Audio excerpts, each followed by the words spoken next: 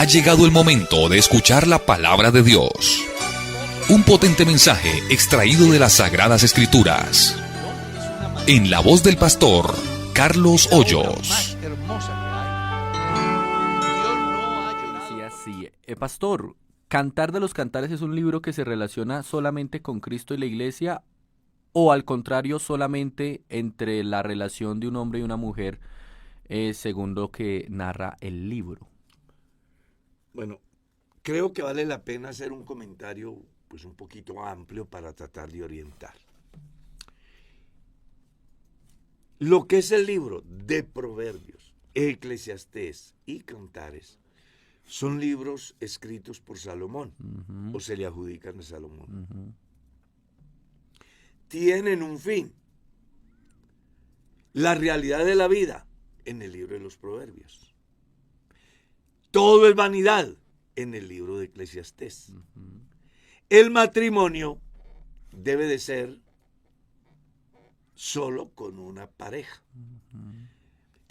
Esos libros están dirigidos a Roboam inicialmente, que es el hijo de Salomón, el cual le va a suceder en el reino. Entonces, la experiencia de Salomón busca transmitírsela a su hijo en esos tres campos.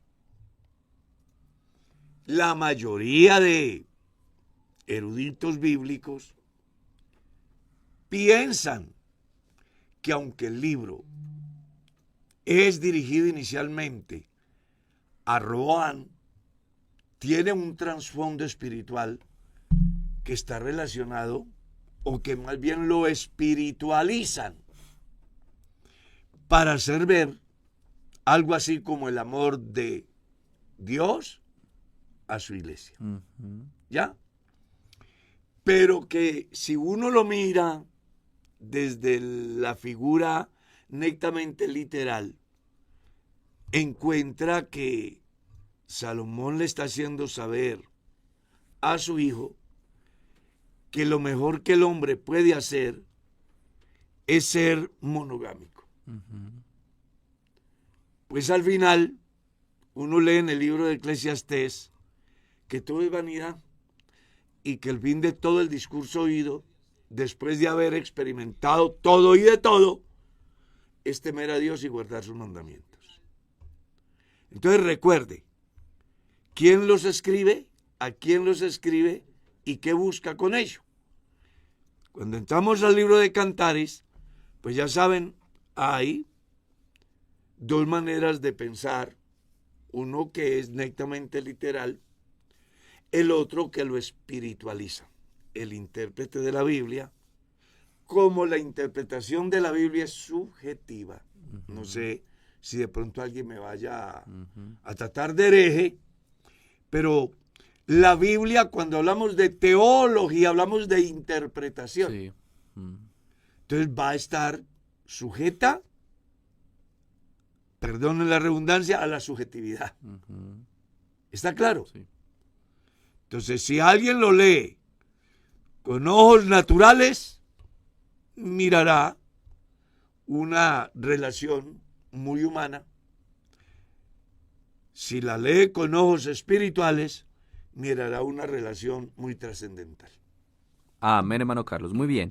Nos llega otra pregunta que dice así: buenos días, hermanos, Dios les continúe bendiciendo. Mi pregunta es, 1 Corintios 5, del 3 al 5, y Mateo 16, verso 19. Y entonces la pregunta dice así: después que los miembros del cuerpo de nuestro Señor Jesucristo, su iglesia, deciden hacer algo con otro miembro, ¿ya esto no tiene reversa? Así pregunta, tocaría mirar los pasajes. Bueno, el primero sí muestra una decisión muy seria, porque pues es el pecado de incesto que se da en Corinto. Sí, señor. Si usted va a la segunda carta de Corintios, entonces ya encuentra que la decisión de Pablo se echa para atrás por una razón. Porque el que cometió el incesto se arrepintió de verdad y quiere agradar a Dios. Sí. Entonces, al tomar ese texto como punto de partida para pensar que la decisión que tome un miembro del cuerpo, hablándose de la iglesia, con relación a otro miembro del cuerpo, o sea, a otro creyente, que si tiene reversa, claro que sí tiene reversa. Vamos a colocar ejemplo.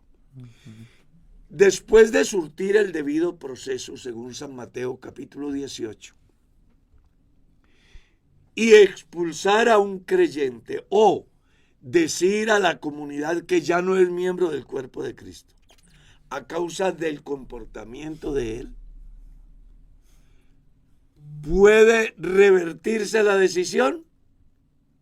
La respuesta es sí, pero tiene que haber una conversión de la parte que causó la decisión. ¿Qué causó la decisión de Pablo en Primera de Corintios? El pecado de incesto. ¿Qué causó que se reversara? La conversión del que cometió el incesto. ¿Qué pasará con un creyente que por alguna circunstancia, después de surtirse el debido proceso, es publicado en la iglesia como persona no miembro del cuerpo de Cristo? Pues que en tanto que esta persona vive en su extravío, persista, la situación claro, no cambiará. Pero si él dijere, pequé y pervertí lo recto y no me ha aprovechado, Dios amén, redimirá el alma del tal para que no vaya a parar con los que van a los sepulcros. Es importante entender que en Dios siempre hay solución. Siempre habrá oportunidad. Si la gente se pierde, no es por la decisión pastoral, Exacto. tampoco porque Dios lo tenga predeterminado así, sino que el ser salvo o no ser salvo va a depender hoy Claro. del hombre. Sí, señor. Alguien dirá, ¿cómo así? Sí, señor. Porque lo que Dios tenía que hacer para salvación de los hombres, ya lo hizo. Cristo murió por nuestros pecados. Él es la propiciación por nuestros pecados. Y no solamente por los nuestros, sino por los de todo el mundo. Siendo así, entonces, ¿por qué se ha de perder una persona que ayer gustó el don del Espíritu Santo? Bueno, por su extravío y la no reparación en su camino. Supongamos que el hijo pródigo no hubiese vuelto en sí. Aunque el padre lo espera, él se hubiese perdido. Claro. Pero él reflexionó y entendió que había fallado. El padre siempre lo espera. Amén. Cuando hablamos de una decisión que toma la iglesia a través de la autoridad, si el afectado por la decisión reflexiona y dice, venga, lo que yo estoy viviendo es la consecuencia de mi desobediencia, pero yo sé que Dios me ama, y viene arrepentido y da frutos dignos de un verdadero arrepentimiento, Dios no rechaza eso. Dios no lo rechaza. Y el deber de la iglesia Claro. y el deber del pastor es volverlo a integrar al cuerpo de Cristo Era el problema, mediante la comunión. que era uno de los problemas en Corinto, ¿no? Que la iglesia ya no quería. No quería nada con él Exacto. por su pasado tan oscuro. Pero él ha reaccionado de manera positiva. Dios le perdona. La iglesia no quiere. Pablo lo reconviene. Lo reciben. Y es un hermano nuevamente miembro del cuerpo de Cristo. Amén, gloria a Dios. Muy bien, hermano Carlos. Mire esta pregunta, esta inquietud y también duda de un oyente que nos llega y dice así. Quisiera hacerle una pregunta ya que estoy confundido. Me casé con una hermana hace 3 años. No me ha ido bien, es muy celosa. Demasiado. No confía en mí para nada. Yo no le he dado motivos. Lo digo bajo el temor de Dios. En esos momentos estamos separados. Yo me divorcié de mi primera esposa hace 11 años, pero acudí al tribunal eclesiástico y el fallo me salió favorable. Pero mi actual esposa también es divorciada, pero ella no acudió al tribunal eclesiástico. hablando con un pastor, me dijo que yo estaba viviendo en pecado con ella porque ella se había divorciado sin acudir al tribunal eclesiástico. Yo no sabía que esto era así y que estábamos en pecado. Si es cierto esto, pastor, si me da una orientación estaré muy agradecido. Pues yo escucho el mensaje en dos sentidos. Uno, como si fuese una víctima, ¿no? Sí. Mm. Pero seguro que en el momento de su enamoramiento, aunque le hubieran dicho, él sigue. Él sigue. Entonces, Digo que hay que tener en cuenta que en el momento en que escribe esto, está separado del actual. por eso. Ujú. Entonces aquí vale la pena hacer aclaraciones importantes. La primera es que debe de darnos una enseñanza. No demos pasos sin saber hacia dónde los damos. Amén.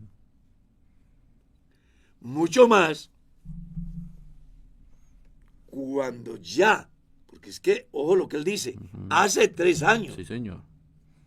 Y el tribunal eclesiástico viene funcionando hace 15, 20 años. ¿Cómo así que no sabía nada? A veces cuando se nos mete la carne por los ojos, difícilmente escuchamos a Dios, al pastor, al que sea. Y así nos insinúen, no creemos. Pero bueno, ya está.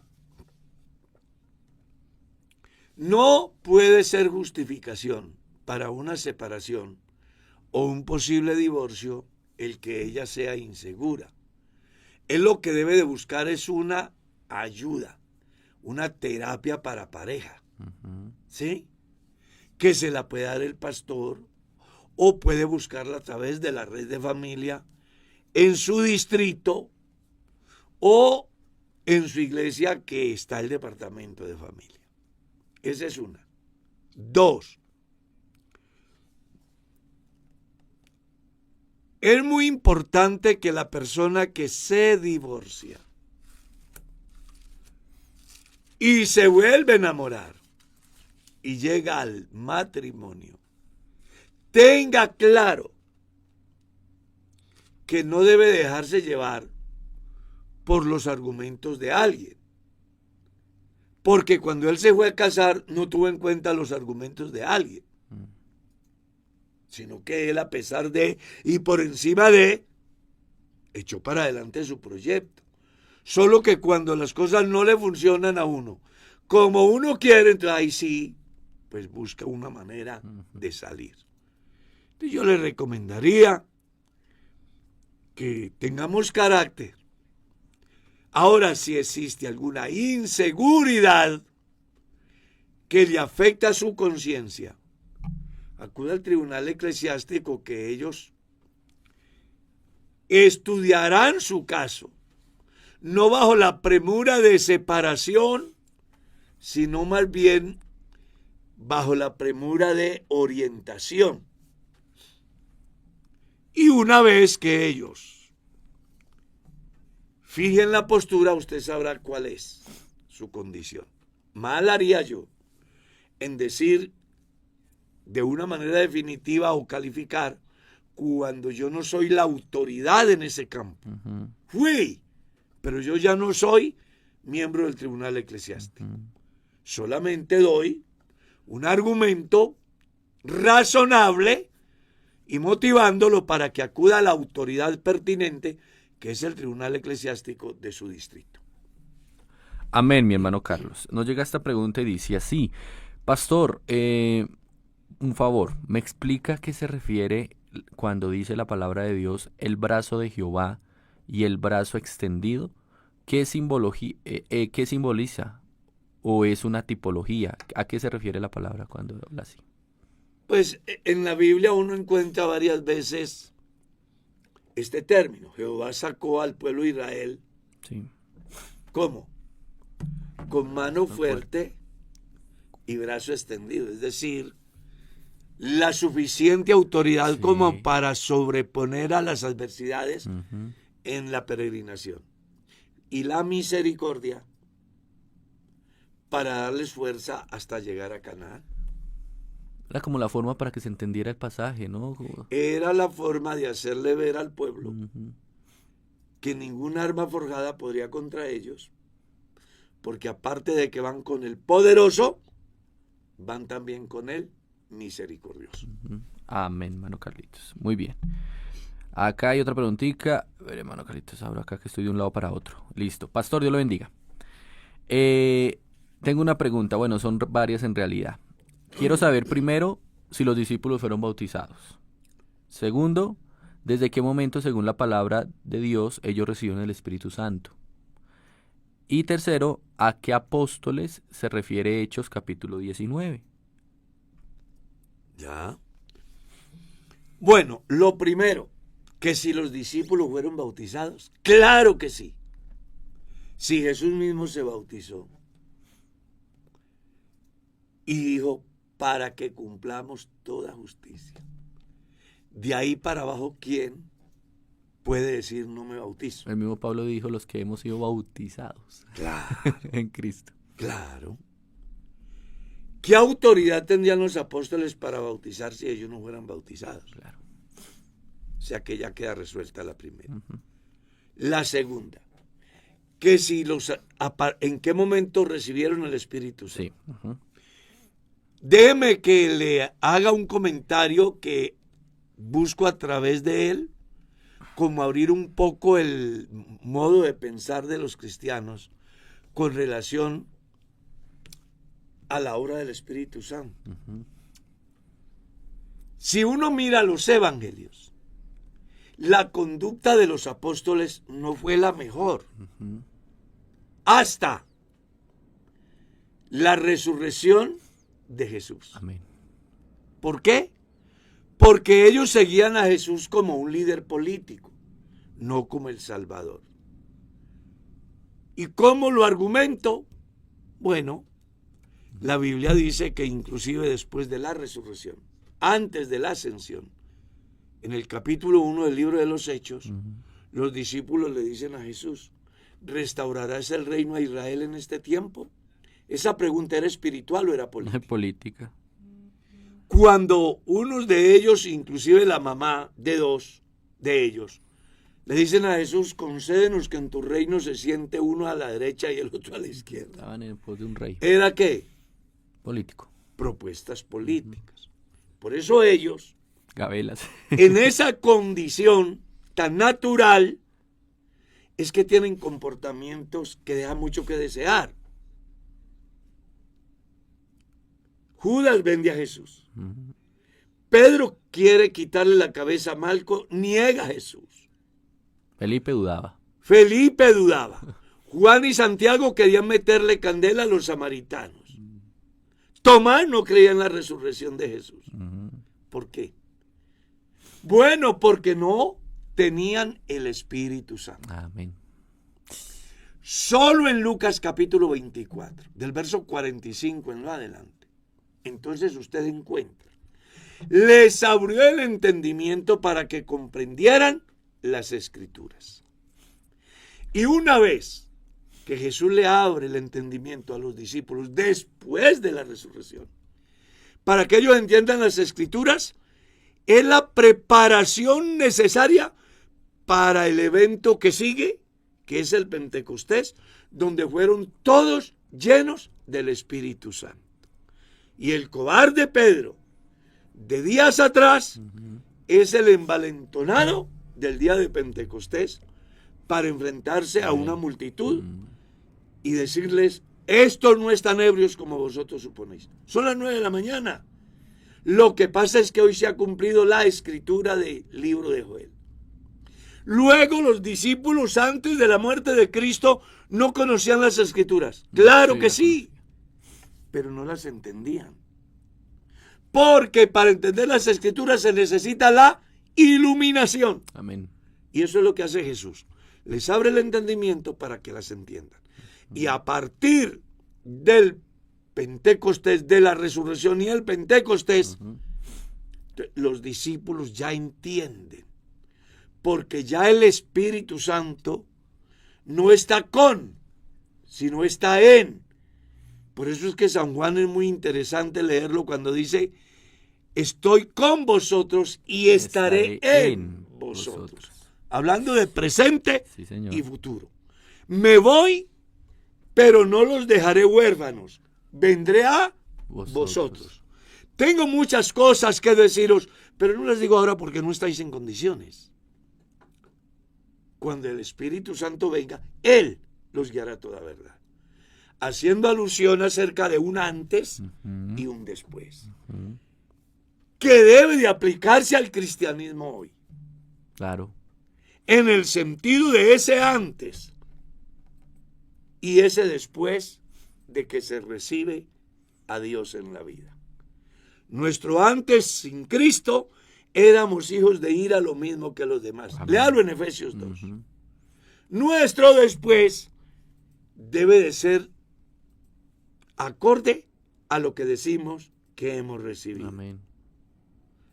Entonces yo creo, o mejor, para aclararle a la persona, los discípulos hasta el Pentecostés, el Espíritu Santo era una promesa. A partir del Pentecostés no fue una promesa, ni es una promesa. ¿Está claro? Es una realidad. Algunos miran al Espíritu Santo como una promesa hoy, basados en San Mateo, que dice: ¿cuál de vosotros, si su hijo le pide pan a una piedra? Si le pide pez, le da una serpiente. Si ustedes, siendo malos, saben dar buenas dádivas a sus hijos, ¿cuánto más vuestro Padre Celestial dará el Espíritu Santo a los que se lo pidan? ¿Pero a quién se lo estaba diciendo? A unos caballeros que seguían a Jesús con una visión totalmente diferente al objeto de la venida de Jesús. El Espíritu Santo está Después de Pentecostés, el Espíritu Santo no es una promesa. Pedro fue claro. Hoy se ha cumplido esta escritura. Amén. Que aparece en el libro de Joel. En el libro de Joel era una promesa. Hasta el día de Pentecostés era una promesa. Después del Pentecostés no es una promesa, es una realidad. Hoy usted debe de ser lleno del Espíritu Santo. Amén. Si puede creer, como dicen las Sagradas Escrituras. No lo digo yo. Léalo en San Juan, capítulo 7, del verso 37 en adelante. ¿Y quiénes son los apóstoles de Hechos 19? Si leemos bien, yo les voy a leer. Aconteció que entre tanto que Apolos estaba en Corinto, Pablo, después de recorrer las regiones superiores, vino a Éfeso. Y hallando a ciertos discípulos les dijo: ustedes recibieron el Espíritu Santo cuando creyeron. Y ellos dijeron: ni siquiera hemos oído si hay Espíritu Santo.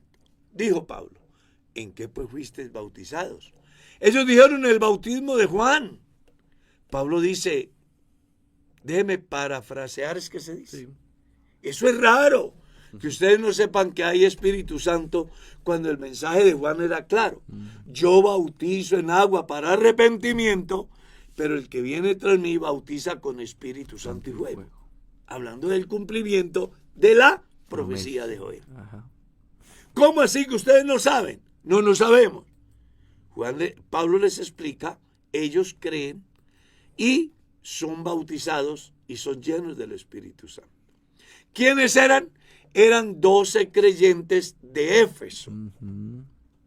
Se les llama discípulos porque, entre comillas, decían que eran miembros de la iglesia del Señor, pero que en realidad no lo eran. ¿Por qué? Porque quien les había bautizado los había engañado, en el sentido de que no los habían discipulado. Jesús dijo, hay que hacer discípulos para después bautizarlos. Y el discipular es el equivalente a enseñar. ¿Qué es el bautismo? ¿Quiénes se deben de bautizar? ¿Por qué se deben de bautizar? ¿Qué compromisos? ¿Qué bendiciones? ¿Qué responsabilidades? En fin. Y ellos no sabían nada de eso. ¿Qué les pasó a estos señores? Lo mismo que nos pasó a nosotros. Amén.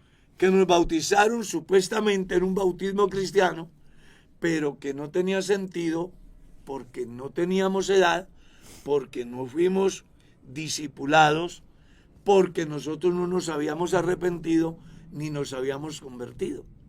Una vez que oímos el Evangelio, entendimos el Evangelio y tomamos la decisión de bautizarnos. En síntesis, Los discípulos de el libro de los Hechos, capítulo 19, eran unos creyentes que de buena fe querían ser salvos, pero no habían sido enseñados en la sana doctrina relacionada al bautismo y al nuevo nacimiento. Por eso Él los bautiza y nacen de nuevo. Amén, hermano Carlos. No por la inmersión, sino por la transformación de sus vidas a través del conocimiento de Dios por la palabra y la vivencia en ellos manifestada por el poder del Espíritu Santo. Amén, hermano Carlos. Muy bien, nos llega esta pregunta y dice así en nuestro oyente. Tengo una duda, no es cuestionamiento, aclara aquí él, no es cuestionamiento. Pero si las mujeres, según el Evangelio de Lucas, fueron las primeras que llevaron las buenas nuevas, ¿por qué entonces ellas no pueden ser llamadas? Supongo yo que el ministerio, escuchando en muchas enseñanzas, ellas fueron las primeras comisionadas. Muchas gracias por la respuesta. Le voy a responder con algo simple. ¿Por qué las burras no le hablan a los falsos pastores? Cuando le habló a Balaán, una burra. ¿Me hago entender? Uh-huh. Bueno, trato de explicar. En la Biblia hay un orden. Y lo que debemos de hacer los cristianos es creer como dice la Escritura. En la Biblia no aparece mujeres pastoras ni apóstolas. En la Biblia no aparece eso. Jesús llamó apóstoles, profetas, evangelistas, pastores y maestros. Eso es lo que dice la Biblia. El hecho de que Jesús haya usado a las mujeres en su momento para llevar el mensaje de la resurrección no puede llevarnos a nosotros a desconocer el resto de las Sagradas Escrituras. Dios usa a los individuos en cada momento, independientemente del sexo. Y lo hace en lo que Él quiere y cuando Él quiere y como Él quiere y donde Él quiere. En cuanto a sus directrices relacionadas al ministerio, Él fijó una postura y ya. ¿Qué es que el pastor Carlos es machista? No. Yo lo único que hago es creer como dice la Escritura. ¿Que las mujeres pueden predicar? Sí. La samaritana fue y le predicó a los samaritanos.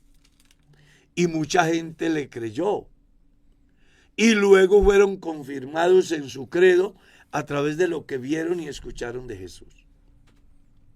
¿Que las mujeres llevaron el mensaje de la resurrección? Sí. ¿Que las mujeres prestaron un servicio muy importante a lo largo de la historia? Sí. ¿Que colaboraron a cada apóstol? Sí. Claro, eso está bien demarcado. Léase solamente el libro o carta a los Romanos, capítulo 16. Ahí aparecen todas las mujeres desde la visión de Pablo que desempeñaron diferentes actividades en el desarrollo de la iglesia del Señor en Roma. ¿Ves? Pero en ninguna de ellas aparece mujeres pastoras. Y es claro cuando uno lee lo que dice Pablo a Timoteo en los requisitos al obispado, ¿no, hermano Carlos? Marido de una sola mujer, y no dice mujer de un solo marido. Solo aparece cuando se mencionan diáconos. El diaconado. Ahí sí aparecen mujeres desempeñándose en el diaconado. Pero en el obispado no. Pero en el obispado solo aparecen varones. Así es. Que Dios es machista, que la Biblia es machista, que eso ya queda bajo su concepto. Nosotros solo transmitimos lo que dice la Biblia. Lo que dice la palabra de Dios. Y agradecemos a quien tiene la inquietud porque me parece muy importante la apreciación. No es un cuestionamiento, es una inquietud. Sí, estamos tratando de resolver la inquietud, claro que sí, basados en lo que dicen las Sagradas Escrituras. Así es, hermano Carlos. Muy bien, nos llega esta pregunta, mire esto tan interesante. Hay un hermano que quiere darme doctrina, pero él dice que Israel no es el pueblo de Dios, y a la verdad yo le dije que no quería que me hablara entonces, porque yo creo que sí es el pueblo de Dios. Muy diferente es que muchos hayan pecado, pero yo creo que Israel es su pueblo por elección y creo que nosotros somos sus hijos por adopción, y esa es mi fe. Él me dijo que muchos en la iglesia están equivocados. Me gustaría saber si no estoy equivocada yo. No está equivocada. Israel es el pueblo de Dios por elección. Lean en el capítulo 12 del libro del Génesis, en el llamamiento que Dios le hace a Abraham. Nosotros somos hijos de Dios por adopción. Léalo en San Juan capítulo 1 del verso 11 en lo adelante. El presunto cristiano que no quiere aceptar lo que la Biblia dice no tiene autoridad ni moral, Claro. ni espiritual, ni de conocimiento para decir que va a discipular a un creyente. Si es un pastor, que pienso que no lo es,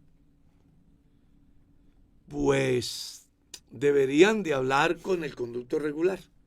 Si es un creyente a quien el pastor delega para que dé clases prebautismales, sería muy importante que el pastor tuviese conocimiento de eso y orientara al creyente para que una de dos, cree como dice la Escritura y puede desempeñar ese servicio dentro de la iglesia, o se niega a creer como dicen las Sagradas Escrituras y no puede desempeñar ninguna actividad de ese orden. Delicado, ¿no? Muy delicado. Porque puede estar pensando... Lo que pasa es que en este momento hay una coyuntura muy compleja y es la guerra que se está dando en Israel. Porque de alguna forma la gente justifica, o sea, hay dos grupos. Unos que justifican lo que hacen los señores de Palestina o de la Franja de Gaza. Para muchos no es grave que haya una cantidad de personas celebrando una fiesta buena, regular o mala y lleguen a matar hombres, mujeres y niños sin saber por qué. Entonces, hay una corriente que piensa que eso no está malo. ¿Cierto? Entonces, claro, cada acción tiene su reacción. Entonces, Israel reacciona y dice: han hecho esta masacre, vamos a reaccionar de tal manera de que ellos se den cuenta que al pueblo se respeta. Claro. Y viene la guerra. Entonces, hay otros que justifican pensando que está bien lo que está haciendo Israel. Pero ¿cuál debe ser la postura de los verdaderos cristianos? La postura de los verdaderos cristianos debe de ser, en este campo, como neutra. En el sentido de la violencia es mala, venga de donde venga, en cualquier parte del mundo. ¿Ya? Si la violencia viene de los árabes hacia los israelitas, es mala.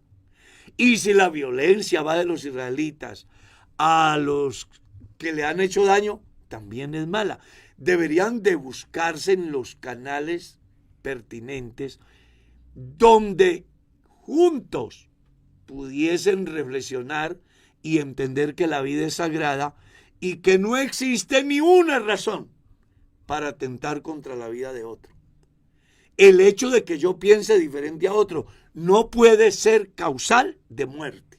Sí, eso es claro. Debería de ser más bien causal de diálogo, de crecimiento, de respeto, entendiendo como punto de partida de que la vida es sagrada.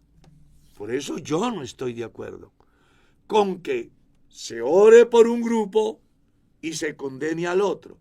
Yo creo que el deber de los cristianos es orar por todos los que están involucrados, porque hay gente inocente que muere de lado y lado, e inclusive los culpables.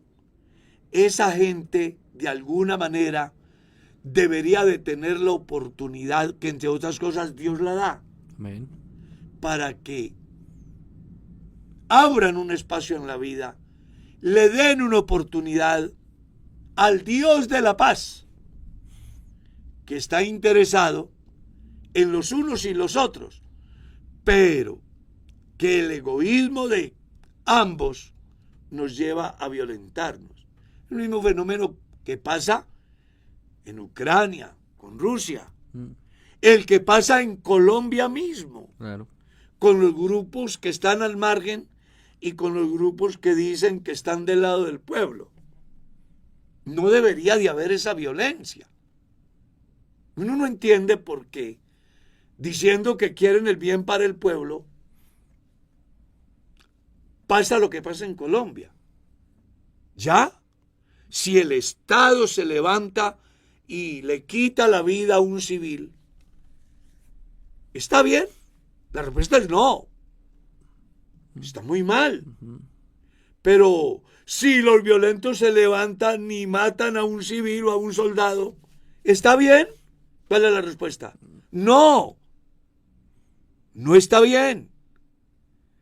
¿Por qué se da ese fenómeno? Porque queremos imponer lo que nosotros pensamos. Y que si alguien piensa diferente, no tiene derecho a vivir, cuando la vida es sagrada y es dada por Dios. No ser lo suficientemente humildes, no tener la suficiente madurez para entender que aquí a este lado hay cosas buenas y hay cosas malas, y que a este lado hay cosas buenas y hay cosas malas. ¿Por qué no sacamos lo malo de ambos lados y echamos mano de lo bueno de ambos lados y alamos el tren todos para un mismo sentido? Pero claro, es que eso se da por una razón, porque en ambos no está Dios. Por eso la iglesia tiene la particularidad, y por eso la iglesia y los pastores no pueden ser políticos. No. Y de ahí que la iglesia maneja una postura muy interesante, ¿no?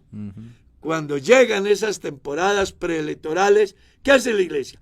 Emite un comunicado a través de los diarios más importantes del país para hacerle saber a los políticos y a los politiqueros de que nosotros respetamos las decisiones de cada individuo, como ciudadanos elegimos y podemos ser elegidos, pero la iglesia no tiene partido ni tiene candidato.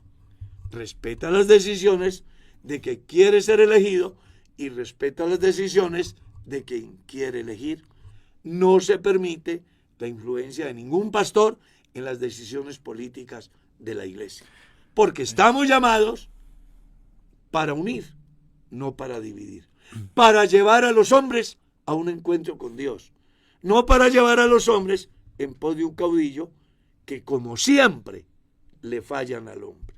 El Salmo 146 es claro: no confíes en príncipe ni en hijo de hombre, no hay en él salvación. Sale su aliento, va a la tierra y en ese mismo día perecen sus pensamientos. Eso dice la historia de Colombia a lo largo de la historia.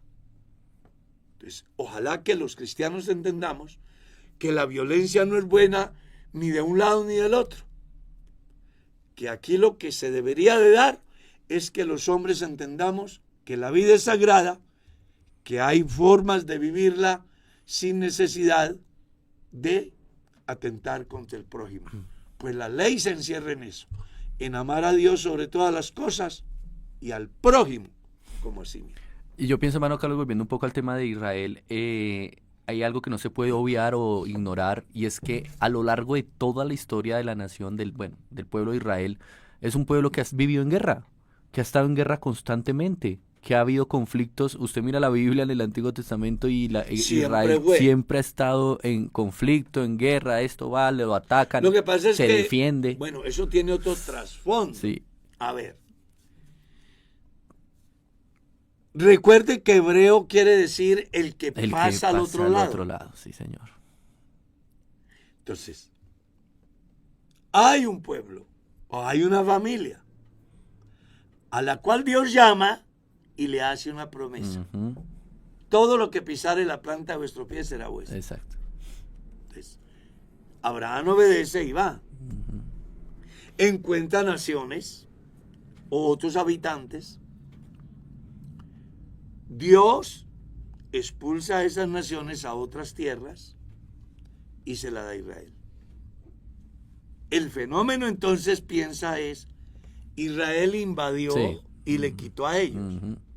Pero se les olvida algo que es más originario, y es que de Jehová es la tierra y su plenitud, el mundo y los que en él habitan. Él es el dueño de la tierra. Y él hace con lo que es suyo. Entonces, así como le dio a las naciones unos territorios, los cuales ellos no habían trabajado para merecerlo, Dios se los dio. También le dio al pueblo de Israel un territorio. Él es el dueño de todo. El problema es que lo que Dios da, los sistemas lo vuelven política, como siempre, para sacar ventaja los unos de los otros. Pero si hay un padre de familia y tiene una finca y la parte en 5 y tiene 4 hijos y a cada hijo le da una parte y queda una parte y se la regala, yo qué sé, a uno que nada tiene que ver, va a haber conflicto. Pues el dueño de la finca hizo con su finca lo que él quería. ¿Por qué estos tienen que estar en contra de aquel a quien también le dieron una parte? Es falta de entender la autoridad de Dios. De Jehová es la tierra y su plenitud, el mundo y los que en él habitan. El mundo es creado por Dios, es dado al hombre, y él lo ha entregado a los humanos, cada uno en su sitio. Y entonces viene el problema, porque se le da a Israel, las naciones vecinas no están de acuerdo. Exacto. Porque ellos eran los que vivían ahí y creen que son los dueños, y se les olvida que ellos no son dueños. Prueba de eso, que cada generación se muere y le deja a otros que nada hicieron por lo que ellos han construido. Estaba leyendo previamente que en Europa, por ejemplo, hay pueblos donde le dan a quien vaya a vivir importantes garantías, porque los que habitaban ya se fueron, construyeron acueductos, plantas de energía, edificios, centros administrativos, centros educativos, pero hoy están abandonados. Y tanto que lucharon, y hasta muertos pudo haber reclamando un metro de tierra, pero se fueron y nada se llevaron. Los seres humanos somos transitorios aquí. Lo que tenemos aquí es prestado. El problema es que el hombre se declara dueño. Pero realmente no deberían de haber fronteras. El mundo fue creado por Dios, dado al hombre, solo que el hombre en su egoísmo ha establecido barreras, las cuales hacen difícil la convivencia, cuando al contrario, todos deberíamos de alar para el mismo lado, pensando en el bien común, independientemente de la raza, del color. Todos deberíamos de alar para un mismo lado. Es la finca que Dios nos dio, es el hábitat en el cual estamos. Cuidémosla, disfrutémosla, compartámosla. No nos hagamos daño por eso. A lo que voy, hermano Carlos, es que a pesar de que el pueblo de Israel ha estado en conflicto durante toda su historia y ha tenido diferentes historias de guerra y esto y lo otro, estuvieron bajo la opresión de los alemanes, del nazismo. Después en el 48 reciben sus tierras y siguen en conflicto. No han dejado de ser el pueblo de Dios. Es que es un pueblo que nació de la guerra, para la guerra y por la guerra. Exacto. Sí, ese hermano Carlos. ¿Por qué? Bueno, porque en la vida los seres humanos tenemos que aprender lo que acabé de decir. El dueño de la finca la partió. Sí. ¿Por qué la partió? Por el egoísmo de los seres humanos, para que no tengan problema. Entonces quede usted con este pedazo, usted con este pedazo, y póngale en el nombre. Le pusieron el nombre y elijan sus gobernantes, pero no satisfechos con todo eso, cada uno quiere más. Así es, hermano Carlos. Muy bien, nos preguntan acá. Quisiera saber qué situaciones del Antiguo Testamento se pueden aplicar al día de hoy. Porque he escuchado muchas enseñanzas donde los pastores hacen muchas tipologías. ¿Cómo poder identificar si son correctas esas tipologías o no lo son? Porque, por ejemplo, se habla de danzar en el Espíritu, si cuando eso no lo enseña la palabra de Dios. Es una figura que toman de un fenómeno cultural y lo espiritualizan. Exacto. Entonces ya eso es un problema. Yo creo que una persona sí puede danzar por el Espíritu. Yo viví una experiencia en el año de 1980 en una iglesia donde unos señores enemigos del Evangelio rodearon el saloncito donde yo estaba predicando, que era el equivalente a este estudio de radio y televisión. Pequeñito. Y llegó gente armada a ponerle fin a nuestra vida. Había una hermana que fue la primera que nosotros bautizamos. Y cuando se presenta el escenario de los violentos armados que querían pues atentar contra nosotros, el Espíritu Santo se derramó de una manera tan grande que esa mujer sin música danzaba en derredor del saloncito y pánico cogió a los criminales y salieron despavoridos y Dios nos guardó aquella noche. Entonces, una cosa es que una persona se mueva por el Espíritu Santo. Otra cosa es que se mueva a través del bambuco, la guabina, el merengue, la salsa, el currulao, la champeta, yo qué sé. Hay que establecer las diferencias. Claro.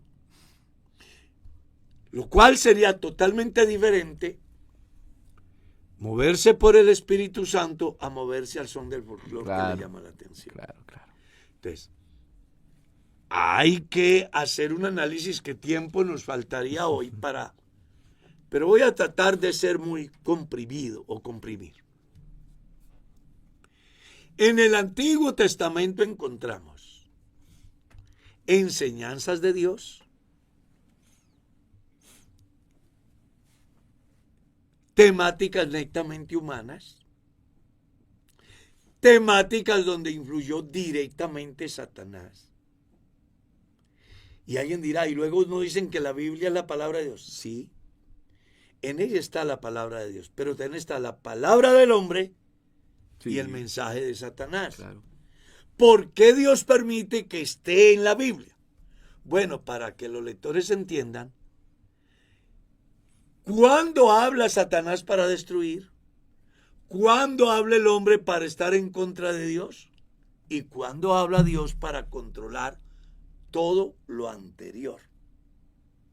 Entonces yo tengo que comenzar a hacer un estudio minucioso de la Escritura a fin de ubicar cada texto en su contexto, de tal manera que aunque el mensaje que aparece lo haya dicho Satanás, yo pueda sacar la parte positiva y les voy a colocar un ejemplo. Jehová le había dicho a Adán, de todos los frutos que producen los árboles pueden comer. Entonces yo entiendo que es Dios el que habla, manda. Pero luego encuentro que Satanás le dijo ¿a quién? A Eva, con que Dios. Entonces, ¿qué es lo que yo voy a aprender? Que Dios manda, pero Satanás incita a que yo haga lo malo. ¿Cuál es la lección que debo de sacar? Que aunque Satanás me incite a hacer lo malo, yo debo de oír la voz de Dios. Claro. ¿Está claro? Sí. En ese orden de ideas es que tenemos que leer el Antiguo Testamento y el Nuevo Testamento. Y hay un pasaje que es un compendio completo. Primera de Corintios, capítulo 10, donde aparecen todos los eventos que sucedieron de manera negativa, pero que deben de servirnos como ejemplo. Así es, eso es para que nosotros no hagamos lo que ellos hicieron, a fin de que no nos pase lo mismo que les pasó a ellos. Entonces, cuando tú leas la Biblia, debes de saber cuándo habla Dios, cuándo habla el hombre, cuándo habla Satanás. Pero hay un mensaje principal. ¿Cuál es? Que lo negativo de Satanás, las equivocaciones del hombre, deben de ser corregidas por las buenas conductas direccionadas por Dios, que se encuentran delineadas en toda la Biblia. ¿Me hice entender? Sí, señor, muy claro. Perfecto, mano Caritos. Nos dicen acá, nos preguntan. Bueno, el oyente dice así. ¿podría explicarme a qué clase de cuervos se refieren los que llevaron el alimento a Elías? Yo creo, como dice la Escritura. Entonces, hay unos señores intérpretes sabiondos que dicen que era una tribu, que se llamaban los cuervos. Vea pues.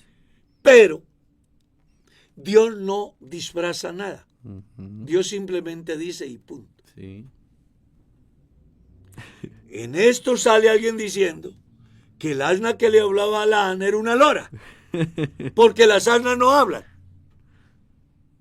Pero la Biblia dice diferente. Hay que creer como dice La Escritura.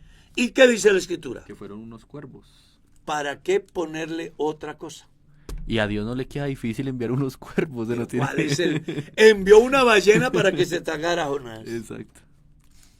Envía unas aves para que lleve semillas y haga que la tierra nazcan plantas y den frutos que después son para el alimento del hombre. Nuestra mente es tan finita que no logra comprender. Hace levantar las aguas de los océanos en vapor, las convierte en agua para que riegue la tierra y ésta haga germinar las semillas y dé pan al que come y semilla al que siembra. Así es. ¿Será imposible para Dios tomar el cerebro de un ave que puede ser un cuervo o puede ser una paloma, como el caso del arca de Noé, donde Dios envía, donde Noé envía una paloma? Una paloma. Y antes envió otros animales. Después envió la paloma. Claro. Pero es que salgan y digan que envió fue otra cosa. No, la Biblia dice cuervos, no dice hombres. Cuando Dios usó hombres, dijo hombres. Cuando Dios usó extranjeros, dice extranjeros. Cuando Dios usó leprosos, dice leprosos. Ya, no le ponga vuelta. Crea como dice la Escritura. La Escritura. Amén, hermano Carlos. Bueno, nos preguntan, pastor, Dios lo bendiga. Mateo capítulo 10, verso 14. ¿Es solo para ese tiempo o en la actualidad alguien lo puede hacer? ¿Y bajo qué situación se aplicaría? Dice así el versículo: y si alguno no os recibiere, ni oyere vuestras palabras, salid de aquella casa o ciudad y sacudid el polvo de vuestros pies. ¿Mateo qué? Mateo 10, 14. Entonces vinieron a él los discípulos de Juan diciendo: ¿por qué nosotros y los fariseos ayunamos muchas veces? Entonces la pregunta no es de Mateo. Mateo, sí señor, Mateo 10, ¿sí? 14. ¿Cómo dice? Y si alguno no os recibiere, claro, ni oyere vuestras palabras, salid de aquella casa o ciudad y sacudid el polvo de vuestros pies. Lo primero que debe de tener en cuenta el lector es que es la elección de los... La misión de los 12. 12. Entonces ella dice que si uno puede seguir haciendo eso mismo, que si llega a una casa y no los reciben, sacudirlos el polvo de los pies e irse de ahí. Bueno, Jesús dio esa enseñanza a los discípulos ante la premisa de llevar el mensaje del Evangelio. ¿Ya? No he visto una postura de la iglesia relacionada a esa temática. Vayan y evangelicen, y si alguien lo rechaza, pues simple y llanamente sacudan el polvo para que venga un juicio. Creo que son situaciones exclusivas, no generales. ¿Ya? Porque a lo largo de la historia, los cristianos siempre fueron despreciados. Sí.